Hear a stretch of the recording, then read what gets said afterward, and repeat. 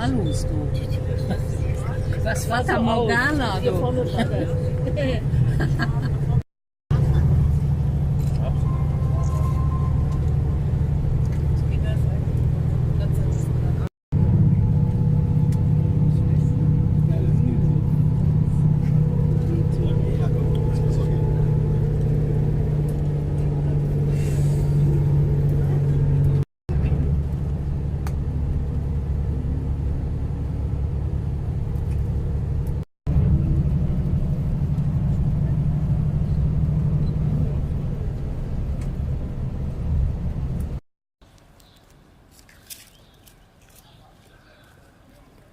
Wczoraj przyjechaliśmy kawał drogi przez Izrael wzdłuż granicy z Jordanią i tutaj przyjechaliśmy do następnego hotelu niedaleko Jeruzalem.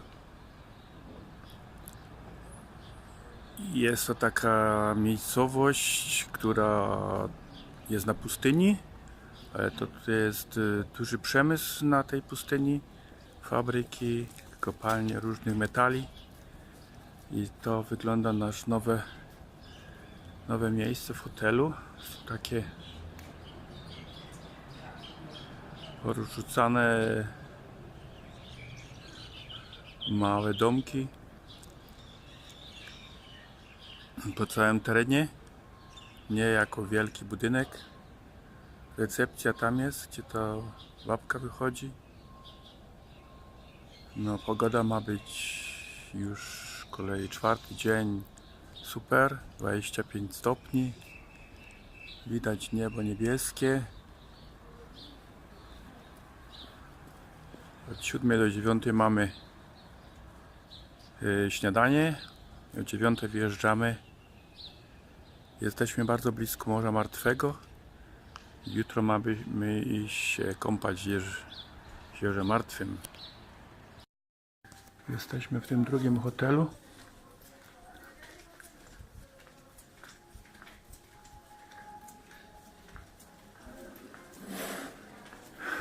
Tam jest recepcja. Tu jest stołówka.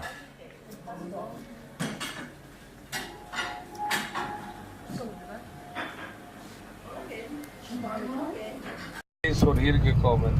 Wir haben hier überall das schon am Ende 40er Jahre, das Mauer ist auch von hier gekommen. außerhalb großer Städte. Bezahlt keine Steuer. Bezahlt keine Steuer. Zum Beispiel hier, die Leute bezahlen keine Steuer. Um diese Siedlungen, die Wüste zu unterstützen. So, das war die Idee dann.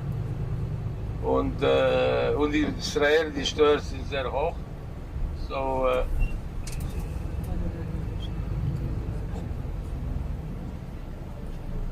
Gurion war ein großer, hat immer Yoga gemacht und war kein Typ, und alles was sagen wir, alles was die Juden-Diaspora geprägt haben, hat immer gedacht, dass er Gegenstoß. אני אלך איתם, בסדר. תלך לשם. Von der Universität für Wüstenerfindung, sag ich mal, sind wir geschaffen.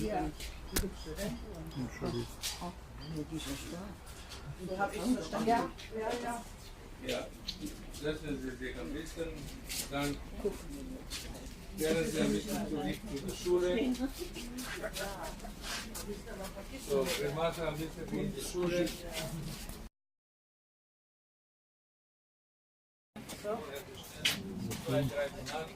זה ממש חוצפה, ממש חוצפה, זה עולה כסף להיכנס, הם לא יכולים להיכנס ככה, הוצאתי אותם משם, אני סניורוס, משפיעים dir oder was? Ja, was ist denn hier? Ja, wir haben keinen Eintritt bezahlt. Nein, weil wir den Eintritt nicht bezahlt haben. Aber weil wir drin waren. Tutaj, gdzie byliśmy, jest to takie nowe osiedle które tutaj Żydzi zakładają, osiedlają się na pustyni, dostają wsparcie od miasta, budują swoje domy, osiedla. Jest tu, choć tutaj jest pustynia, jest tu dosyć źródeł na pewnej głębokości idzie wodę. Na wodę. Jewish naval enterprise. The sooner we do this, the better our position would be. I raised funds and demanded to purchase land in the Negev. Regretfully, it did not happen. And the British issued the white paper which prevented us from settling in the Negev. World War II broke out. Our people were destroyed in Europe. We held the British as if there was no white paper and stood against the white paper as if there was no war. We were busy with immigration. We were ready to sacrifice everything, suffer anything to return to Zion. And then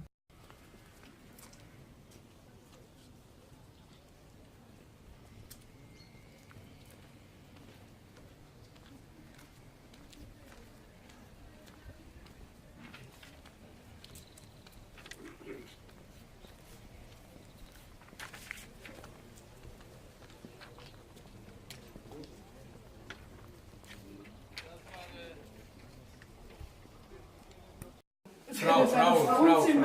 Obwohl er hat viele Frauen gehabt. Ja. Was? Ja, er war ganz gut.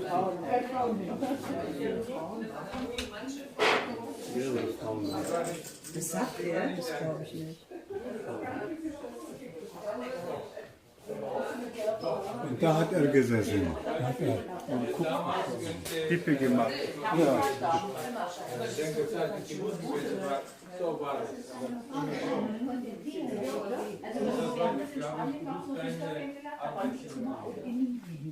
Ja, Wärme.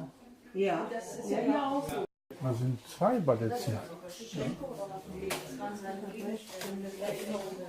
Ja, die haben verschiedene Geschenke von. Ja. So war es. Der Minister bei uns geht im Gefängnis. Ja, genau.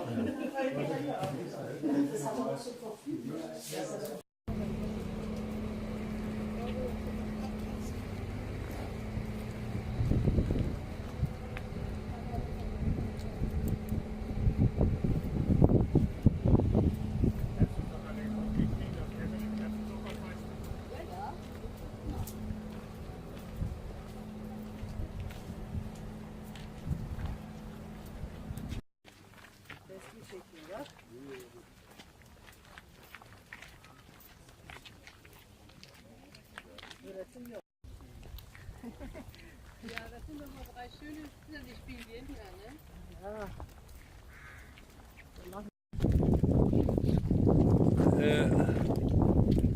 Nun, die Geschichte. Warum eigentlich hier? In der Bibel, dieser Fluss unten, es gibt kein Wasser jetzt, aber im Winter noch gibt es, heißt es Teil. In Bezug auf die biblische Auffassung, hier war das Ende des Landes von Israel. Unten waren die Nabatäer. Deswegen, das war die Grenze zwischen den Israeliten und den Nabatäern. Ja, sehen Sie, das steht in der Bibel Teil. Ja, wenn man überzieht, so das ist etwas Interessantes, was in der Bibel steht, in Bezug auf die biblische Auffassung, jedes Land hat seinen eigenen Gott.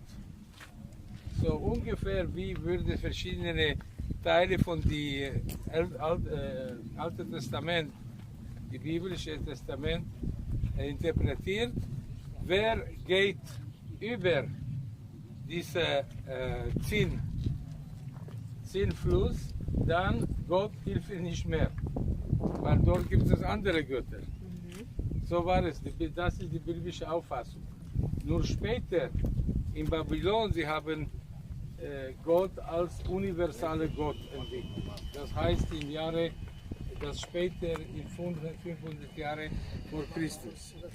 Sehen Sie, wir sollen es sehen, überall, wir sollen sehen, was bei uns würde Canyon genannt oder Machtesh. Das erkläre ich mit Speramon, dort sollen wir klar sehen. Und deswegen, wollte, dass ein Grab kein Mausoleum sein, das ist nur ein Grab, die bezeichnen das bis in die Richtung nach der Wüste. Ja, das ist unsere Idee, nicht nach Norden, wo sind auch andere Araber Einwohner, sondern nach Wüste, wo das ganze Land leer ist. Okay? Das war seine Idee. So unten, es gibt verschiedene Straßen des Staates, weil 20. Oktober 73 ist er gestorben und so ist das. Sehen Sie diese Bäume hier und da, sehen Sie, das sind die besonderen Bäume, die wachsen nur in die Wüste. Eschen heißt es. Ja, der biblische Name. Ja, ja, so, wo gibt es einen solchen Baum? Das heißt, dass unten gibt es Wasser. So, das ist ein Zeichen. Nun, hier sehen Sie darüber, das ist die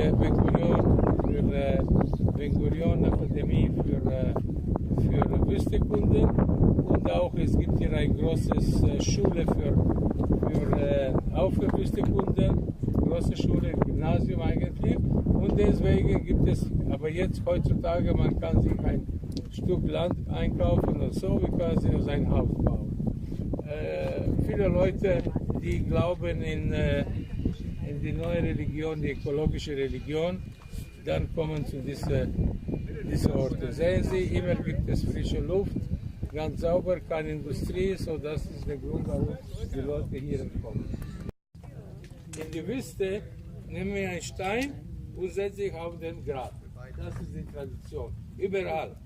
Bei den Muslimen, das ist auch so, aber die Muslimen nach 7 Jahren, man kann weg die Grab schmeißen. 7 Jahre? Viele, sagen wir, in Jemen oder in Süd. Zatrzymaliśmy się w jednym z parków narodowych tu podczas drogi przez pustynię. Widzimy pełno turystów. Whenever like you feel self-conscious, Right? She's on there, but you know.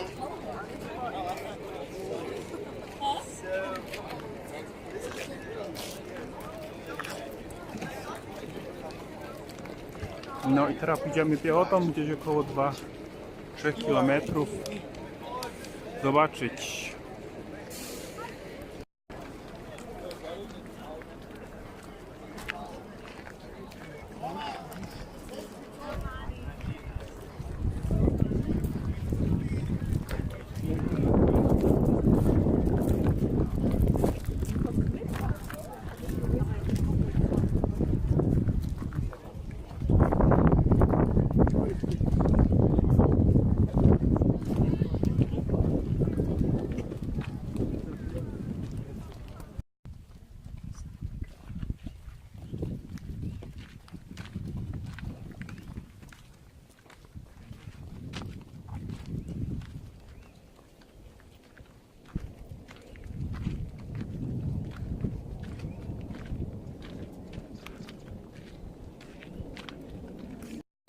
Jeder ist Süd von jetzt. Es gibt einen Weg über Jordanien und einen Weg über Negev. So, die Steine hier, was Sie sehen, sind die Schichten, die von 250 Millionen Jahren. So, man sieht die Schichten, zum Beispiel die verschiedenen Minerale, die verschiedenen Farben, heißt es gibt verschiedene Minerale. Zum Beispiel, wo gibt es Rot? Das ist Kupfer. Ja? So, das sind die verschiedenen Minerale.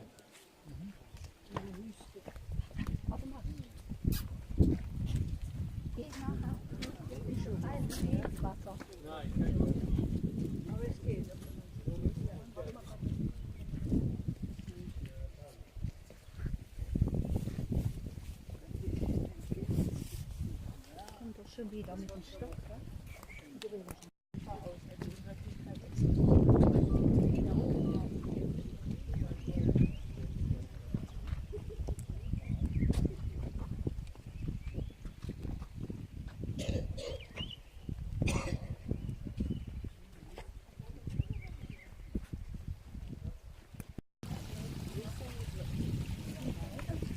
Nein? Bis hier, ja, das wäre es. Man kann ein bisschen weitergehen, aber genug. Von hier am Scharfental. Am Scharfental ist es so. Ja?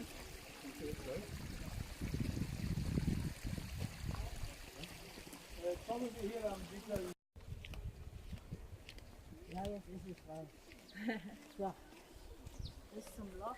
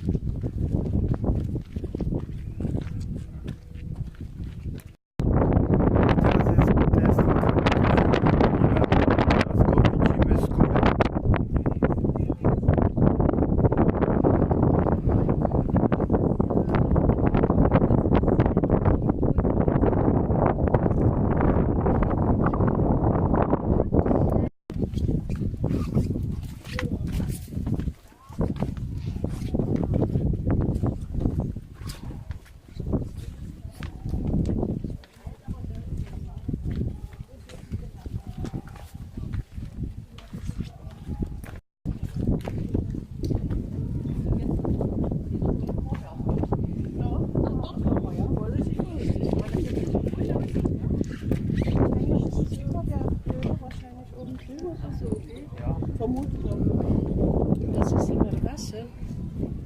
Aber es ist so riesig. So, dass die Gruppe dort geht. Widzisz?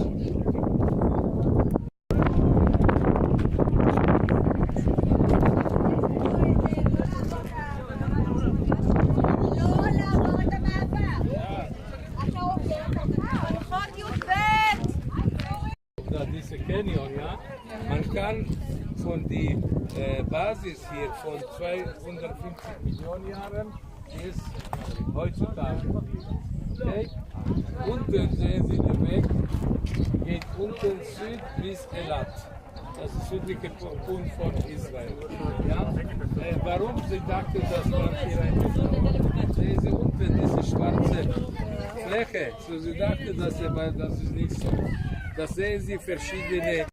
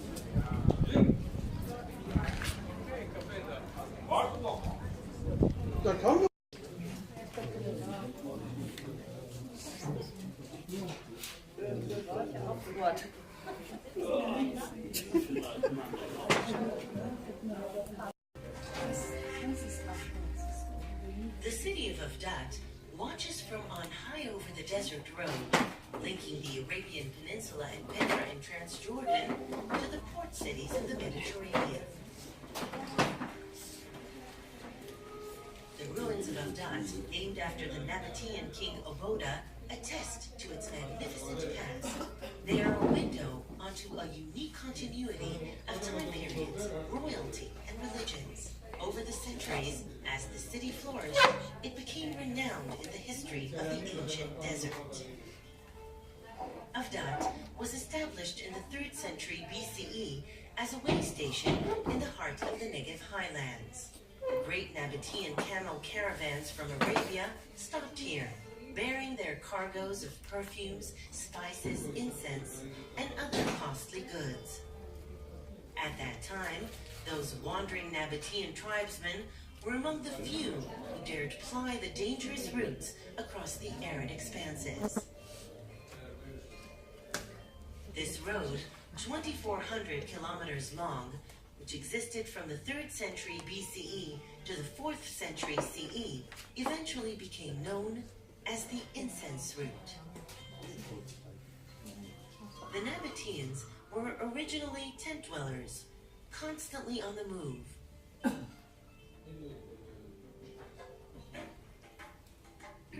Their early laws forbade them to plant trees, build homes, or drink wine. But after they became a rich and flourishing commercial kingdom, the rules changed.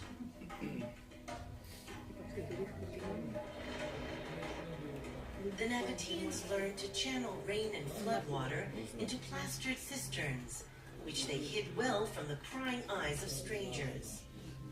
Using the water for agriculture and to quench the thirst of their flocks of sheep and goats, their hold over the desert strengthened. At first, they built forts and way stations along the road, providing food, water, and shelter to the caravan drivers and their camels.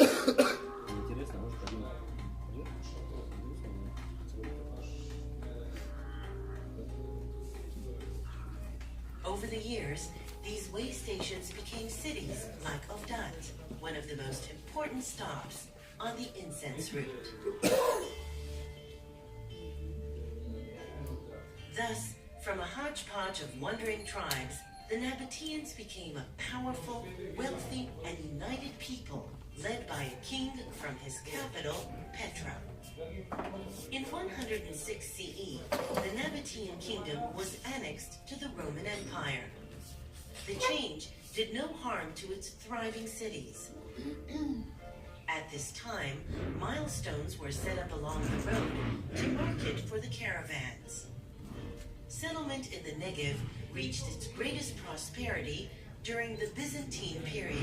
Cities grew, more land was cultivated, and additional roads developed, guarded by forts. The Nabateans gradually accepted Christianity, and splendid churches were built in the desert cities. Eventually, Greek replaced the Nabatean script.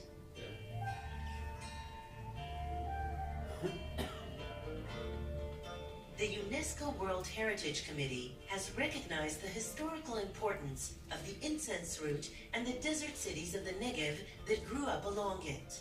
The committee has inscribed as a World Heritage Site a 65-kilometer-long portion of the road between the Moor Inn and Ovdat.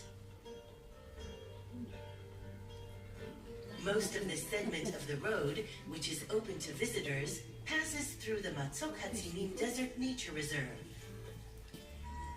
Ideas, religions, new technologies, and cultural values also traveled this highway. And so, over the centuries, the incense route became a major influence in bringing together societies, people, and cultures.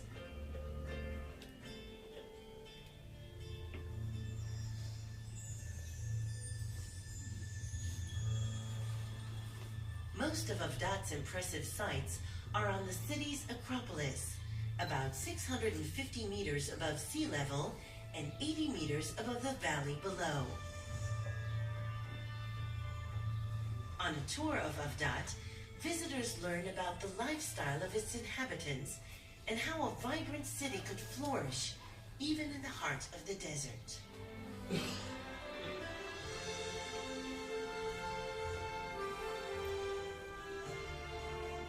Near the visitor center at the foot of Ovdat is a wonderfully preserved bathhouse.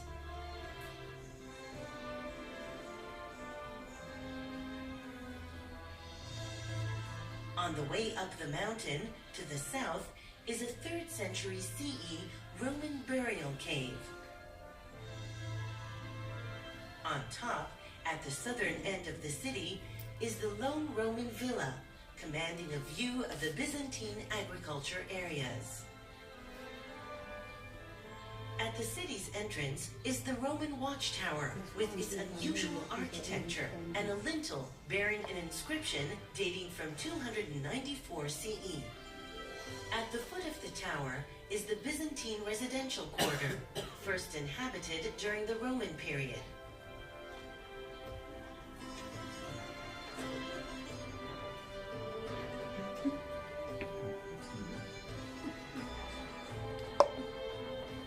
Opposite the gate of the city's fortress is the wine press.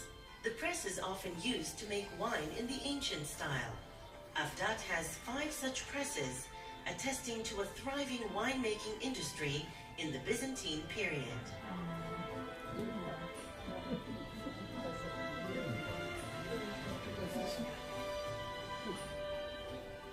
Within the city walls are 2 impressive churches built using stones taken from Avdat's Nabatean temples.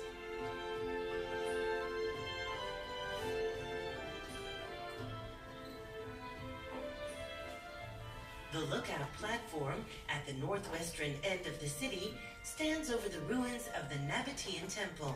It reveals a spectacular view of the city's slopes and the expanses of the Negev highlands. The western slope is riddled with caves carved into the limestone behind some of the hundreds of houses that once stood here. Caves served as tombs, dwellings, and storerooms.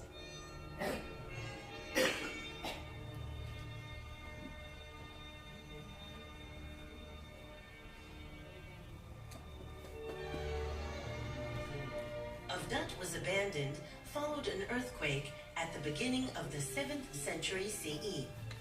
But its silent remnants and the incense route that led here continue to tell the story of a unique culture that brought the desert alive and ruled it for centuries. Please help us protect Avdat National Park for you and for the generations to come.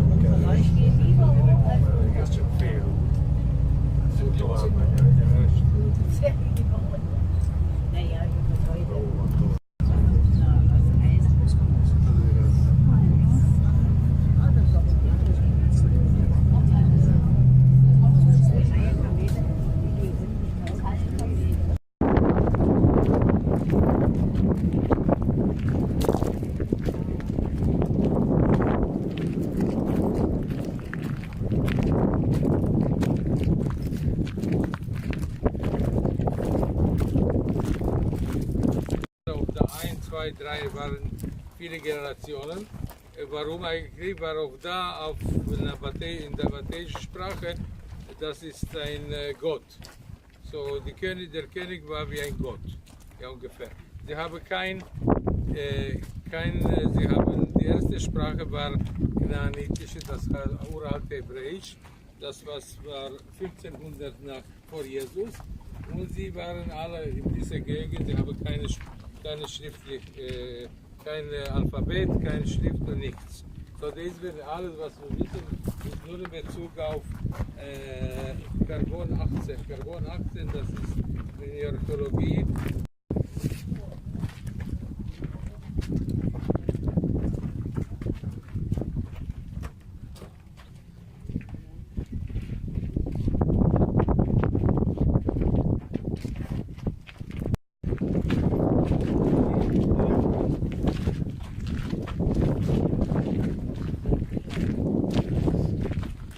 Nun, sehen Sie, die Byzantiner haben dieselbe Auffassung von Straße und Stadt.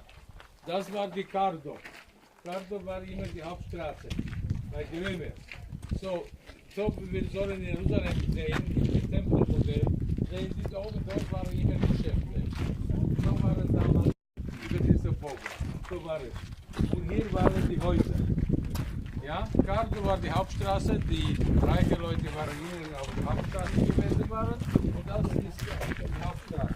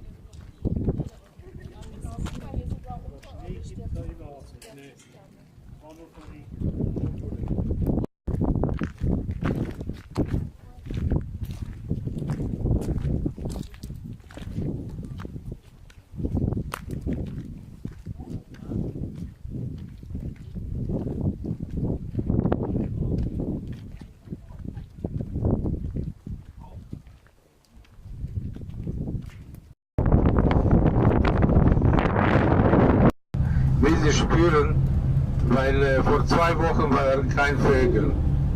Und von letzter Woche gibt es doch. So, es ist interessant zu sehen, dass Sie spüren schon, nach Europa zu fliegen. Und es ist keine bestimmte Zeit. Ihr könnt einen Monat später oder manchmal früher, aber es ist die Klima ist ganz angenehm, so Sie können über verschiedene Länder.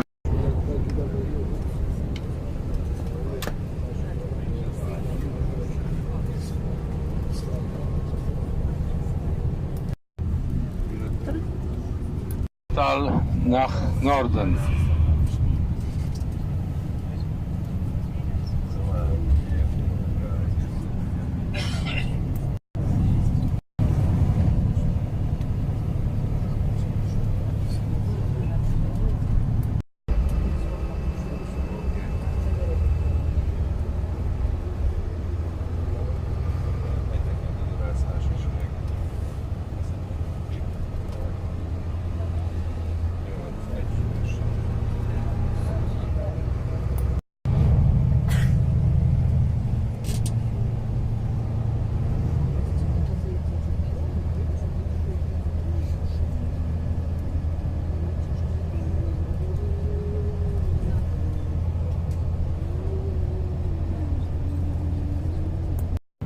Die weiße, sehen Sie, die weiße Material da, das ist Phosphaten. Diese Betriebe sind jetzt schon 6 Jahre von den Chinesen gekauft. Sie brauchen es nötig für Landwirtschaft. Das ist das beste Material für Landwirtschaft, chemischer Stoff. Was hier ist, meistens sind nach China exportiert. Sie bezahlen auch die. Das ist auch wichtig für Metallindustrie und so weiter.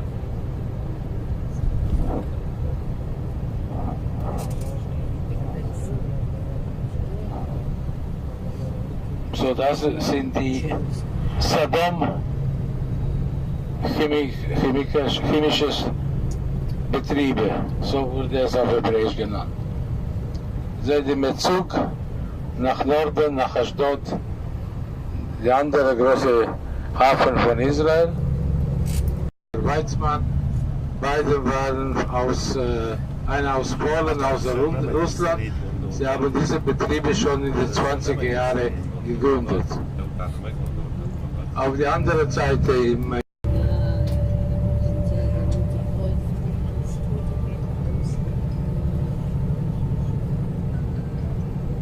die verschiedenen Farben sind verschiedene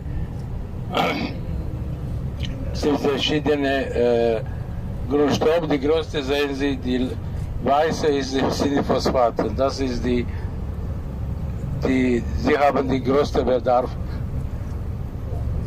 Insbesondere China und Indien gibt es diese Projekt mit mehr als 20 Milliarden $.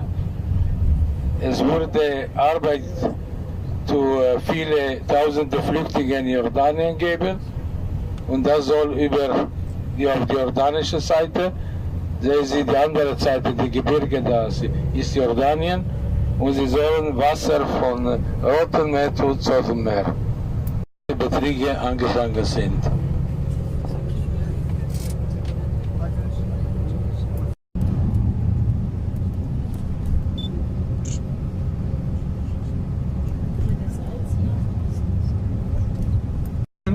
Das wurde die Frau von Lot genannt. Ja, Frau von Lot. Sie hat zurückgedreht und sie ist zum einen Stein geworden.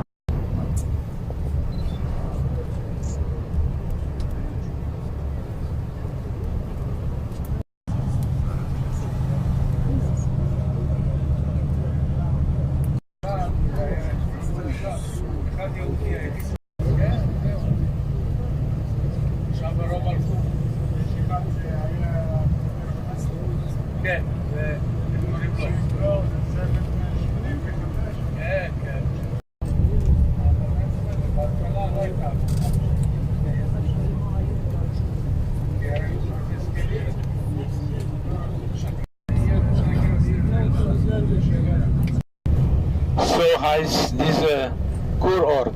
Hier sind nur Hotels und Kurort. Im Winter, alle diese Hotels sind voll, weil es gibt hier wenige Tage, dass überhaupt es gibt keine Sonne.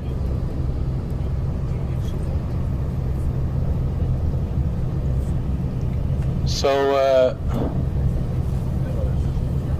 sehen Sie, die immer sind voll. Am meisten im Sommer, im Winter kommen hier Europäer. Im Sommer, das ist zu heiß für den. So, zwei Hotels, das ist Hod und Leonardo und andere sind, die Besitzer sind die deutsche Krankenkassen. Herods auch unten. Und sie schicken hier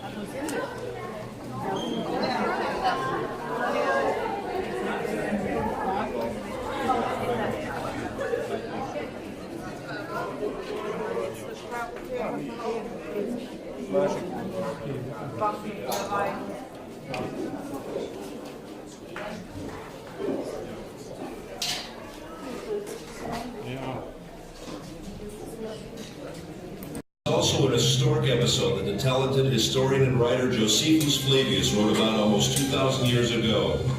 His account contains all the elements of a fantastic drama in which Jews, Romans, and idealists fight to the death. It's no wonder that Hollywood jumped at the opportunity to tell this fascinating story.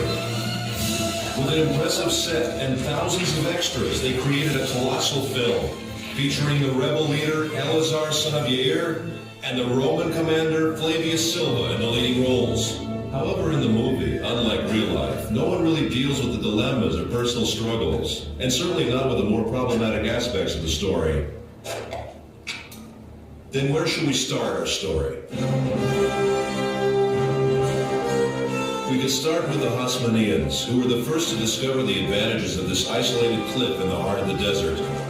Or we could start at the end, with a dramatic project of the Masada excavations, with Yigal Yadin, the head of the excavation team, who would stand on the mountain and read Josephus Flavius' description of the account, and everyone around him could actually hear the echoes of the fighting. Or we could start the quest with King Herod. Herod, who ruled under the auspices of the Romans, built himself a magnificent fortress here on the mountain, which was to be his sanctuary in troubled times. And believe me, he really had troubles. Herod, like any other king, built his palaces to the highest standards of his day. One of them is this Western palace. Herod's architect was probably a short guy. Here he built himself a bathhouse, and he would put his lamp here and enter his bath. What can I tell you? This king loved the good life. Until now, we spoke about Herod.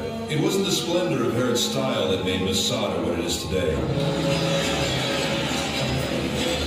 The year 66 AD, the Jews rebel against the Roman Empire. 4 years later, the temple is destroyed. Jerusalem falls. Everywhere else, the rebels were suppressed.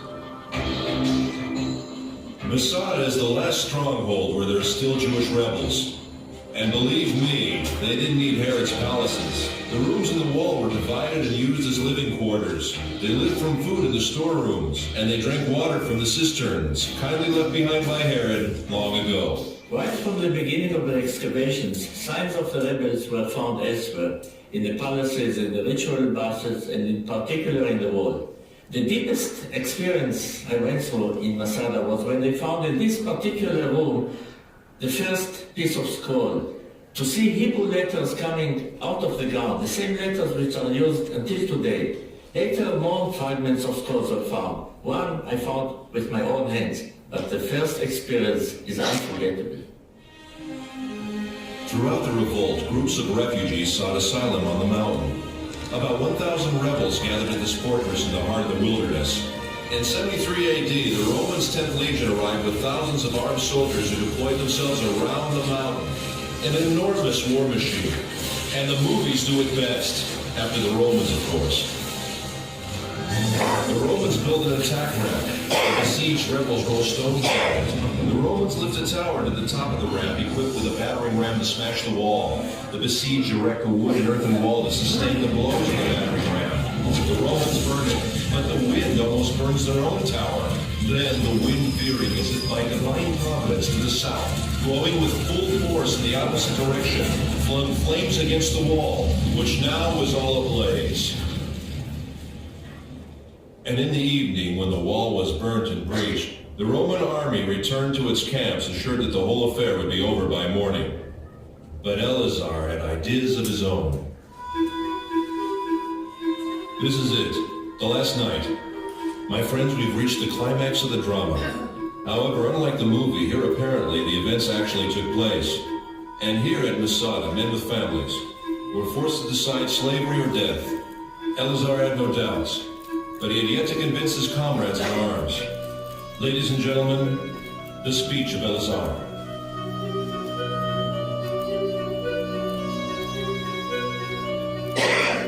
Oh, my loyal followers, the time has now come that obliges us to make that resolution true in practice. Let our wives die before they are abused, and our children before they have tasted of slavery, and preserve ourselves in freedom as an excellent funeral monument for us, as we have preferred death before slavery. Once Iga El-Yadin was asked what was the most important artifact he found on Masada. Dozens of priceless objects were found here, he answered, but if I must point to one find, it would be these ostraka. These potsherds. These may be the lots that I'm holding now. Potsherds on which the rebels wrote their names. 10 men who were chosen were the only ones who remained. Their equipment had already burned, and each of them had already killed his wife and children. Then they drew the lots. Who would kill the 9th man and fall on his own sword? And in the morning the Romans arrived, and besides 2 women and a few children, everyone was dead.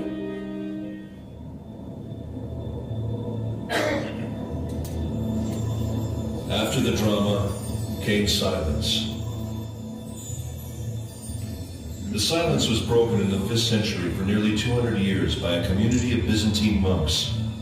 1,200 years later, the first explorers came and rediscovered the mountain. Then the members of the youth movements, seeking a symbol of Jewish heroism, discovered Masada and adopted the mountain. After them came the hikers and the tourists. Masada had become a focus of pilgrimage. Professor Netzer, what do you really think about the act of courage that ended in suicide? Maybe it's the utmost courage to prefer death to a life of slavery. So it's death or freedom? Yes, death as a free man or slavery in the hands of the Romans. Which choice would you make? No matter what, Masada has become a symbol of staunch resistance against a fierce enemy. And if it is a symbol, then perhaps this might be some kind of victory. Ladies and gentlemen, I invite you to climb the mountain.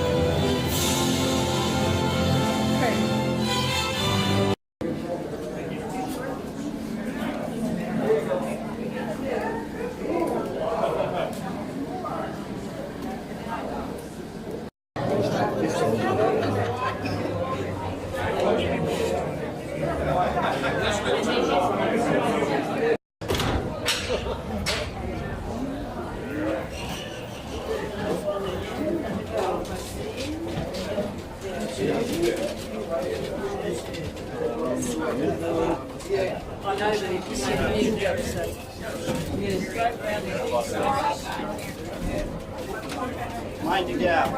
Mind the gap. Like Jack's grass is white. I had a little spot about one. You're right. All I need is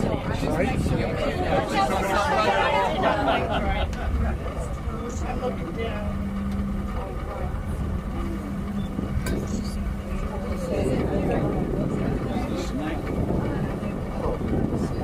I'm all right.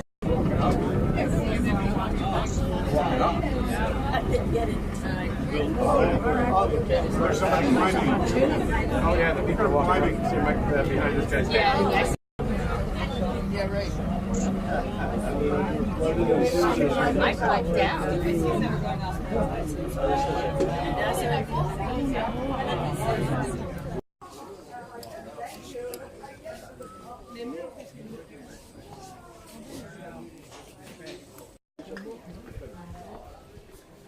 Leute, die Sie laufen von unten, sehen Sie, das Ja, das ist.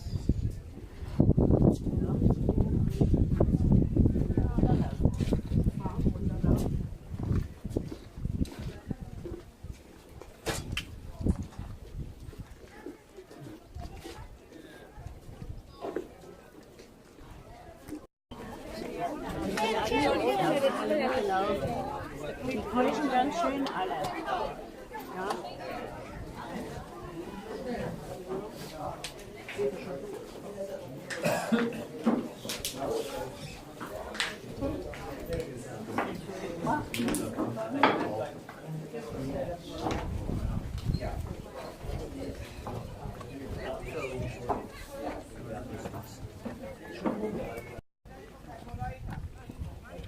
Ja. Schon alles 10?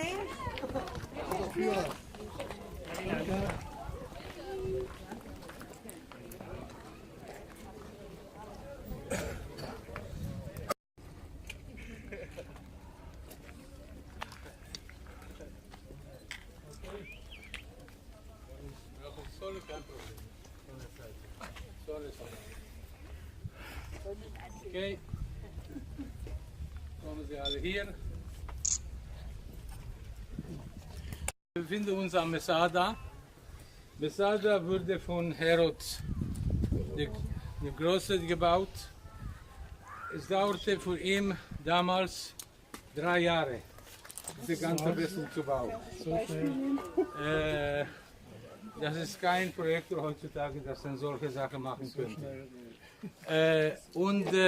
Wir gehen Stück.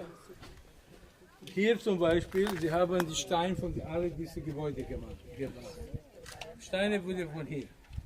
Nun sehen Sie unten Ihnen, es gibt eine schwarze Linie. Sehen Sie so. Ja. So, in Bezug auf die archäologischen Ausgrabungen waren hier in den 50er Jahren von 56 bis 59. Und diese Linie bezeichnet, was hier gefunden ist und da oben wieder gebaut wurde. So, ja, das ist klar in der Archäologie. Sie haben es nicht bei der Franziskanern gesehen, weil sie sind kein Wissenschaftler. Sie wissen nicht, wie soll man archäologische Ausgrabungen führen. Und dann sollen wir sehen, alle diese Komplex hier. Warum eigentlich hat sich entschieden? Herod war immer, sein Vater war König von Judäa im 21 vor Christus. Entschuldigung, im 91 von Christus. Und später wollte er auch ein König sein. Nur damals, die Römer haben ein System gehabt, wenn sie haben einen König, Vasall, sie haben seine Söhne nach Rom. Und er war 27 Jahre in Rom. Dort wurde er erzogen und dort hat er alles gelernt in Bezug auf Bausysteme. Er war die größte hat die größte Projekte, die damals war. Er war verrückt. Er wollte das Jerusalem zum Beispiel und dort hat er geschafft. Jerusalem war die dritte größte Stadt damals, im 1. Jahrhundert vor Christus und im 1. Jahrhundert nach Christus. Und hier, wegen die verschiedenen Bürgerkriege in Jerusalem, er ist mit seiner Familie geflohen, ganz plötzlich. Und hier hat in dieser Festung war nichts. Nur die Soldaten in Jerusalem wollten nicht weiter in die Wüste gehen. Und er war hier ein ganzes Jahr hier auf dem Berg. Nur er dachte, dass er soll sterben, dass es gibt kein Wasser. Aber doch war er während der guten Winter, er hat genug Wasser gehabt für den Rest des Jahres. Ich habe das Glück zu haben, dass wir immer mit Schulleiter sind zusammen. Deswegen sagte er war in Bezug auf unsere Auffassung heutzutage war paranoid. Er hat Angst vor seiner Familie, dass jemand ihn töten und deswegen er hat 2 von seinen Söhnen, erst einmal seine Frau getötet und dann hat 2 von seinen Söhnen. Er war ihnen verdächtig, dass die Familie soll ihn umbringen. So man sagt, in Bezug auf damals, dass Herodes war der größte König, der beste König für sein Volk und der schlimmste für seine Familie.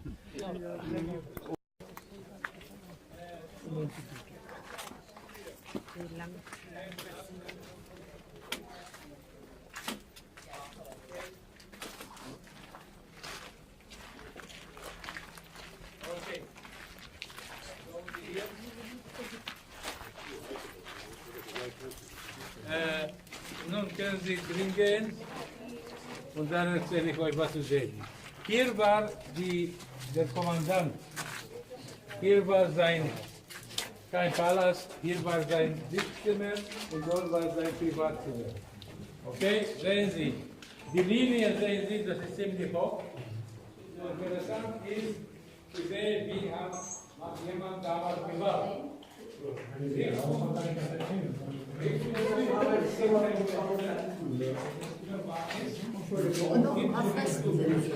West, Ost und Nord. Gehen Sie drin und dann gehen Sie hier in sein Wohnzimmer. Und könnt ihr hier waschen.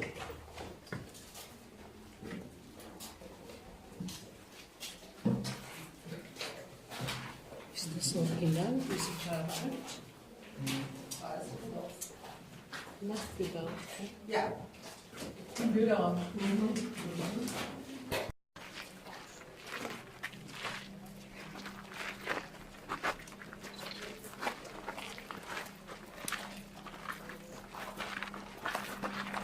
Ja. Die Wachen haben dort auf dem Boden geschlafen.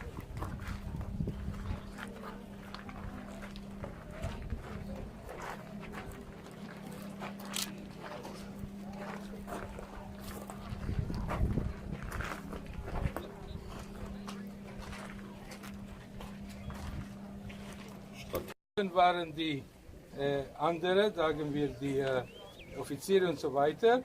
Und was sind alle diese, was wir hier sehen? Ja? So, das sind Laden und Speicher. Sie haben hier, Herodes hat so diese... Die Rede. Das war doch viel früher. Ja, war das viel früher. Der hat schon in den letzten Jahren, bevor die Festung verlassen wurde, dann.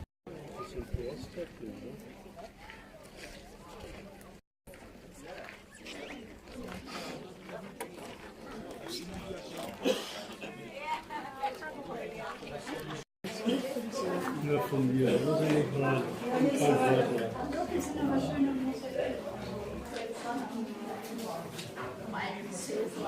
Brief in ihrem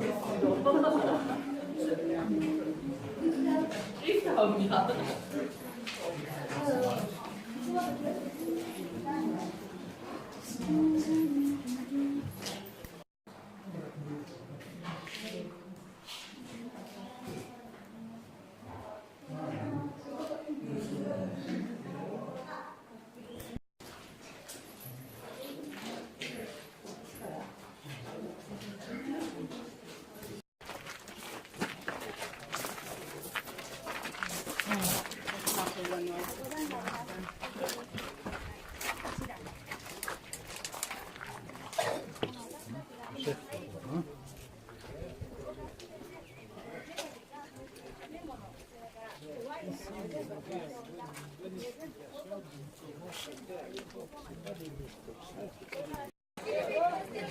To były magazyny żywności. Na 10 lat starczyło żywności, takie to były zasoby.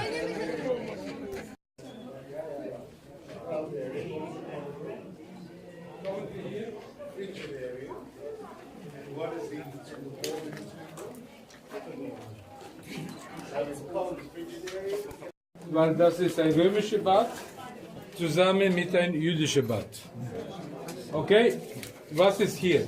Für die Römer, ich spreche von Offizieren, die Elite, Aristokraten, die Juden, die Aristokraten auch. Sie waren die ganze Zeit, von morgen bis abends, sie waren im Bad. Das war das Wichtige. Die Politik, alles war hier. So, erst einmal, sie sind hier hineingekommen. Ja, und das ist Frigidarium, dort war kaltes Wasser. Und dann sind hier unten mit warmem Wasser. Und hier sehen Sie die Treppen am rechts. Ja, das ist der Mikve, die jüdische Bad. Und danach wieder kalte Wasser. Nur warum ist es eigenartig? Sehen Sie, dieses Zimmer, es gibt kein anderes Beispiel. Wir sprechen fast 80 Jahre, 70 Jahre vor Christus. Sie haben hier unten Keramik gehabt und auf den Wänden auch Keramik gehabt. Und sie haben heißes Wasser, mit heißem Wasser diese Keramik, mit dieser Keramik gewärmt. Ja? Und die ganze Boden und alle Wände waren warm. Nicht Hammam. Das ist Hammam, das ist spät und ziemlich primitiv. Ganz primitiv. Heutzutage, in einer Wohnung in Europa gibt es einen Boden, das ist schon etwas. Wände gibt es nicht. Okay, so das haben wir gebaut, auch für die Boden von Keramik. Die Keramik, man kann schon immer noch sehen, und auch für die Wände. Deswegen, das ist eigenartig. Ja, wir sprechen von einem, sagen Sie, ich habe 50, 70 Jahre vor Christus. Europa 19. Jahrhundert, vielleicht haben sie angefangen mit diesem Badsystem zu haben. Ja. Und wenn fragt man, warum an dieser Zeit waren Werk und rechts ist noch ein Mikve, das kalte Wasser, das ist Wasser und dort war es warme Wasser. Die Mikve war mit, wenn sie hier die Boden war, die Boden so.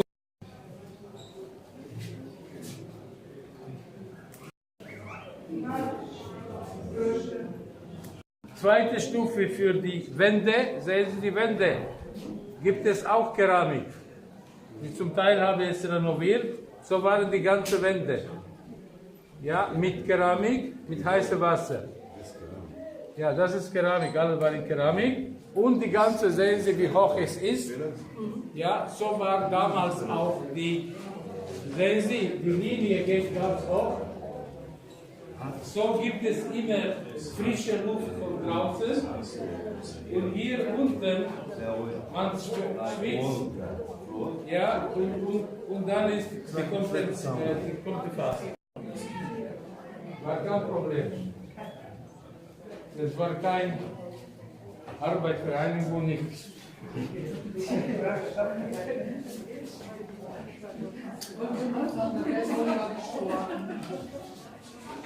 Nördliche Pala.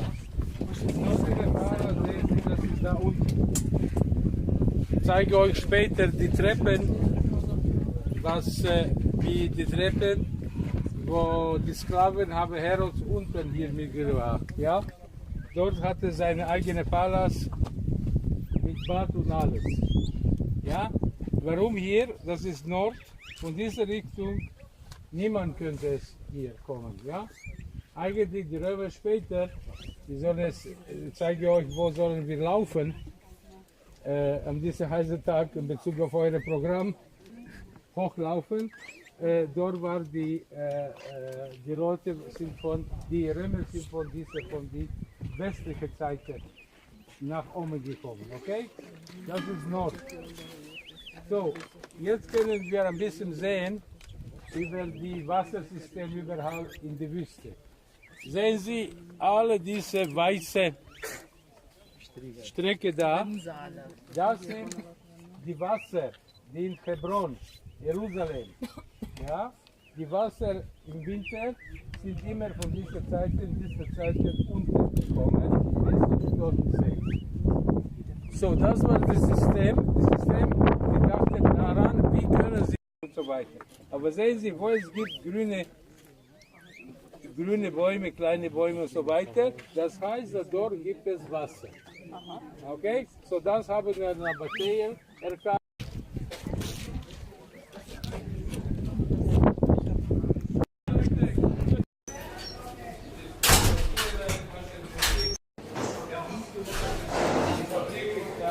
So, wir bleiben jetzt 20 Minuten.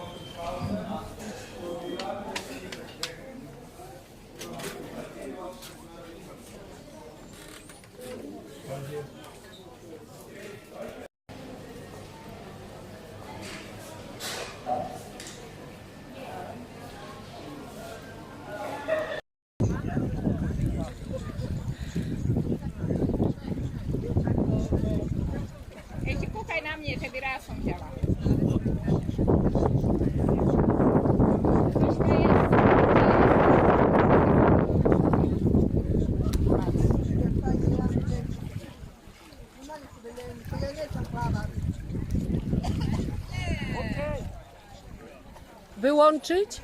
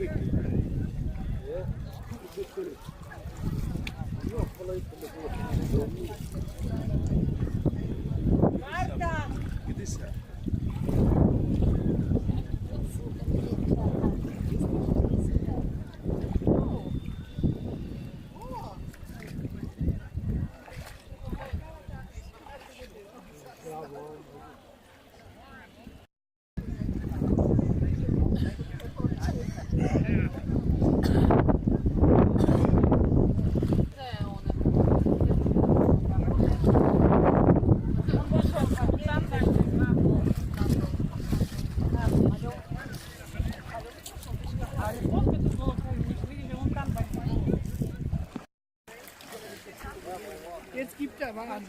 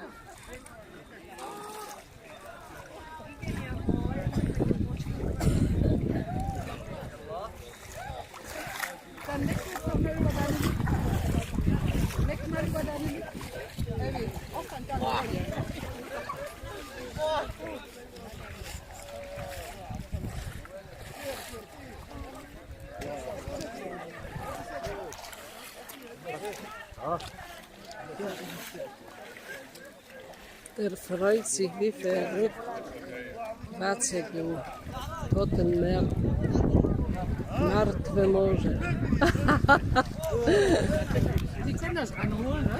Ja. Bei dem Handy können Sie das näher holen? Ja, ja, ich sehe ihn noch. Ah ja, Aber nicht mehr. Ui, Ja. habe ihn verloren, weil das geht schnell. Da ist er untergegangen. Jetzt, ja. Ja, da ist er doch. Ja, mehr kann Aber man Sie nicht haben machen. Video an. Ja?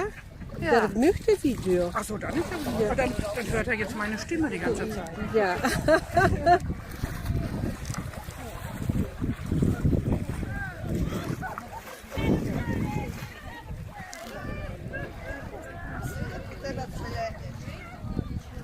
Szkoda, że się nie utopi.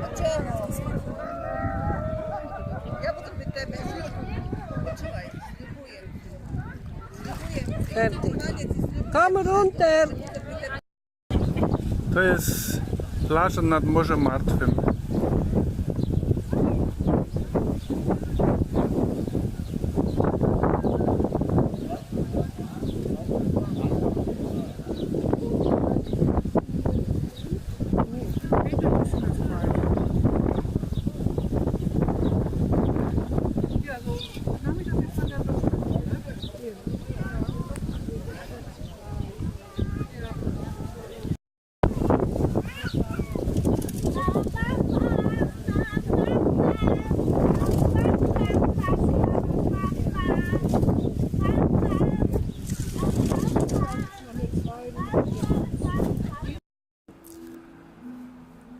I tak, dzisiaj jest środa, 7 marca, po długiej podróży po Izraelu,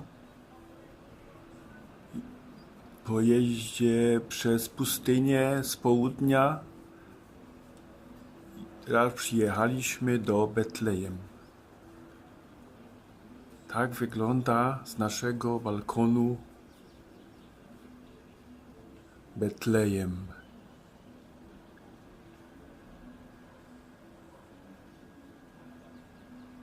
Wygląda, że będzie fajna pogoda. Zresztą przez cały czas od początku, od 1 marca mamy taką pogodę. Dzisiaj nie ma być tak ciepło jak wczoraj. Wczoraj było 25-26 stopni. Dzisiaj ma być 20.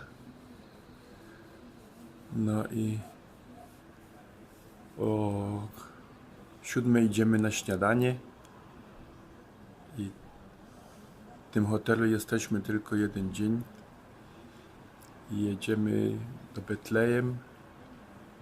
Zobaczyć wszystko. Zabytki.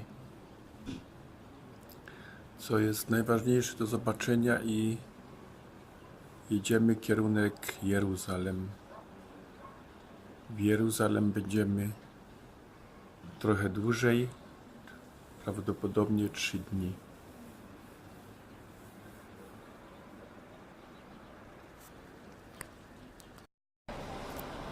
Jesteśmy w Betlejem, tu wczoraj wieczorem przyjechaliśmy. To jest hotel, w którym mieszkamy.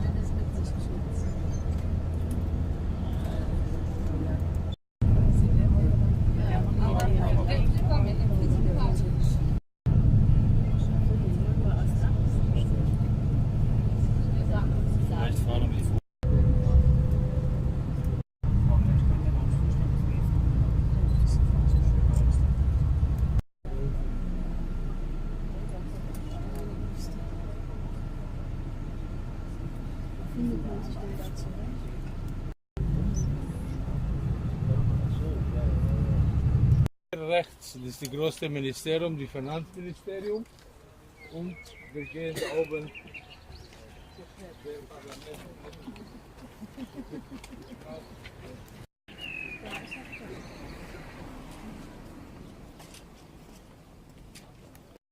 Und man kann die Sklaven von Judäa damals am Titusbogen im Rom sehen. Dort gibt es die originale Menorah. Und das ist ein bisschen neu gemacht in den 60er Jahren. Im Zentrum unten steht das Schma Israel, das heißt Herr mich Israel. Da oben sind 7 Propheten, verschiedene Ereignisse von dem Alten Testament. Und unten sind auch Ereignisse vom Alten Testament. Von Diaspora, erste Diaspora nach Babylon im 885 und die neue Diaspora, die nach Israel, neue Stadt, zurückgekehrt. Und das ist 1948 Begründungsstadt des Israel. Ja? Uralte Name von einem Parlament, von alten Leuten im Jahre 420 bis 70 während der Zweiten Tempelzeit. Und die Struktur selbst, wir sollen später sehen im Israel Museum, das ist wie damals die Tempel war, dieser Quadrat. Ja? heutzutage, das ist ein Arbeitstag, so deswegen man kann nicht die Knesset besuchen, wenn Arbeitstag ist. Es gibt noch eine Woche bei uns als Arbeitstag für das Parlament, weil dann vor die 2 Wochen vor Ostern, ja, alle sind schon weg. Ja. Jesteśmy w Jeruzalem i idziemy teraz do Jeruzalem Muzeum.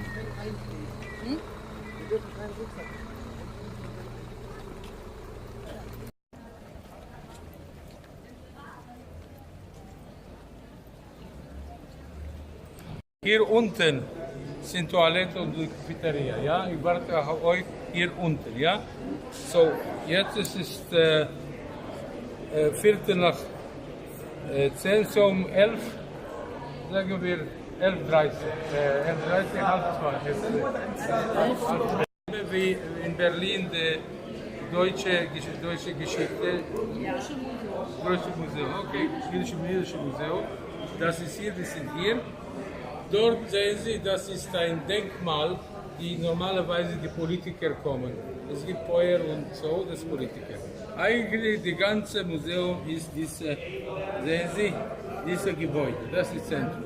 Andere dort sind Zentrum für, es gibt für Gedächtnis für Kinder, es gibt dort Seminare und so weiter. Diese ganze Welt hier, ja, wenn Sie hier zu jemandem, weil der Deutsche jemand fragt mir, hier, wenn Sie links gehen, ein bisschen weiter, dort gibt es auch die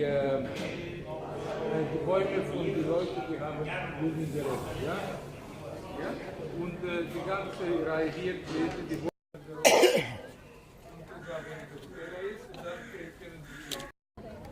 Jesteśmy w muzeum. Idziemy oglądać.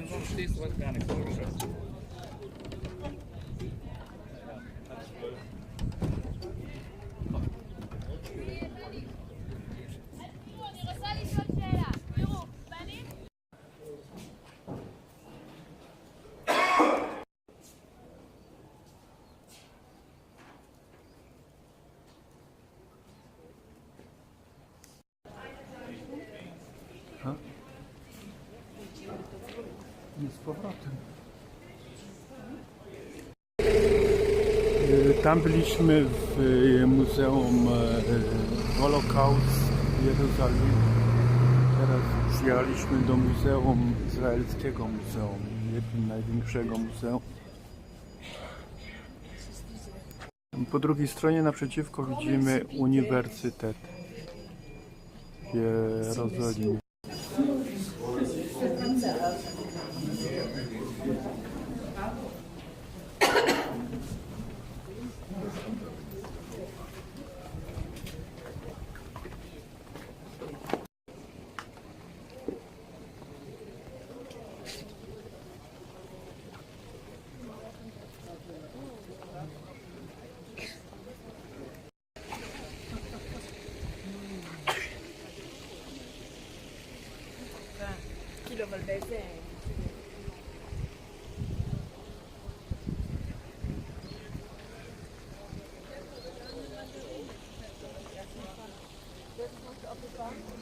Ja.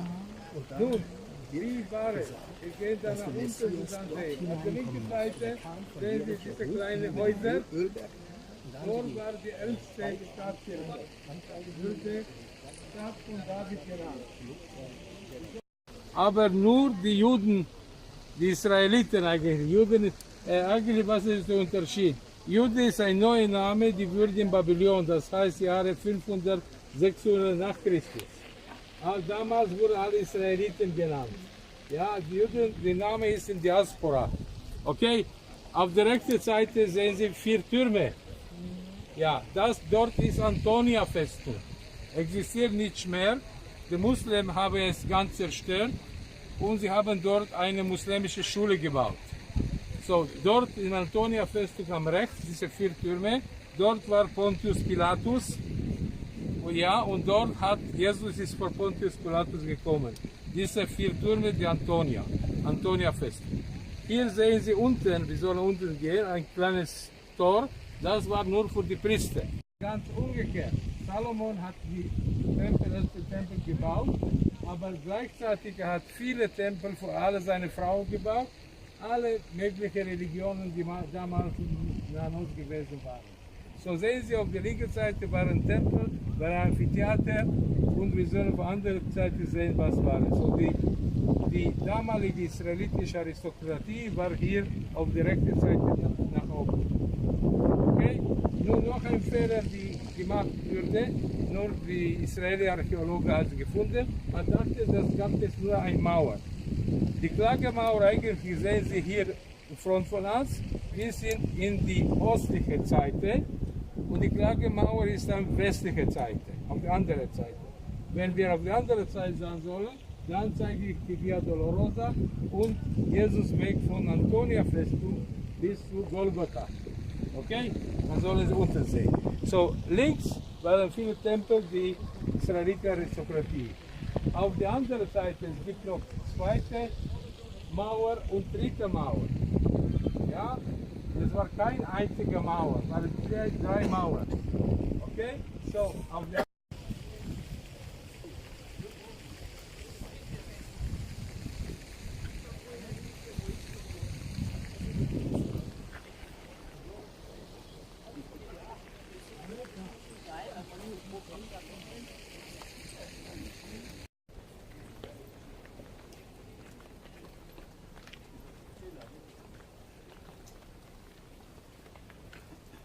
erste Mal Antonia Festung rechts, fangen wir so an. Ja, sehen Sie die Antonia Festung mit den 4 Türmen. Ja?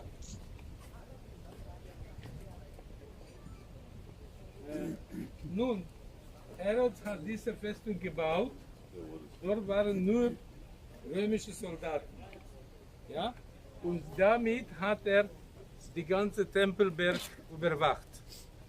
Ja, es war immer Krawallen am Feiertag und so weiter, weil tausende Leute waren hier, so deswegen dort war die Antenne Festung.